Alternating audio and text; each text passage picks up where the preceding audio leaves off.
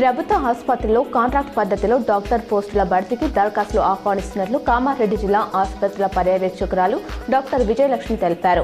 Banswada area ఆసుపత్రిలో civil assistant surgeon, gynaecologist, anaesthesia, ఎల్లారెడ్డిలో 2 గైనకాలజిస్టులు, అనస్థీషియా, మద్నూర్, జీడీఎంఓ పోస్టులు ఖాళీగా ఉన్నాయన్నారు.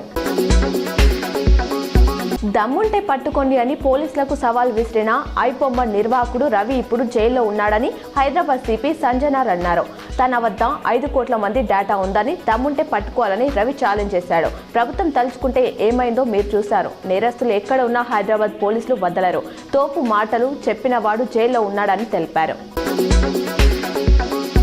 హైదరాబాద్ బులియన్ మార్కెట్లో ఇవాళ బంగారం ధరలు స్వల్పంగా తగ్గాయి. 24 క్యారెట్ల 10 గ్రాముల బంగారం ధర ₹110 తగ్గి ₹1,24,970కు చేరింది.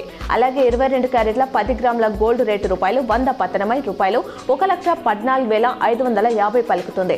అటు కేజీ వెండిపై ₹2,000 తగ్గి ₹1,73,000గా చేరింది.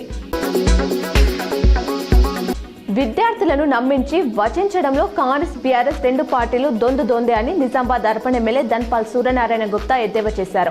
2018 బీఆర్ఎస్ ఎన్నికల మేనిఫెస్టోలో నిరుద్యోగులకు నెలకు ₹3,016 నిరుద్యోగ భృతి ఇస్తామని మోసం చేసిందన్నారు. ఇప్పుడు కాంగ్రెస్ 2023 మేనిఫెస్టోలో విద్యార్థులకు 5 లక్షల విద్యా భరోసా కార్డు ఇస్తామని మోసం చేశారని ఆరోపిస్తూ ట్వీట్ చేశారు.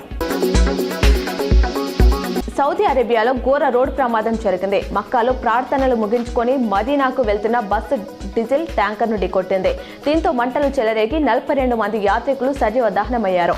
ఇందులో 20 మంది మహిళలు, 11 మంది పిల్లలు ఉన్నట్లు తెలుస్తుంది. మృతుల్లో ఎక్కువ మంది హైదరాబాద్ వాసులు ఉన్నట్లు నేషనల్ మీడియా తెలిపింది.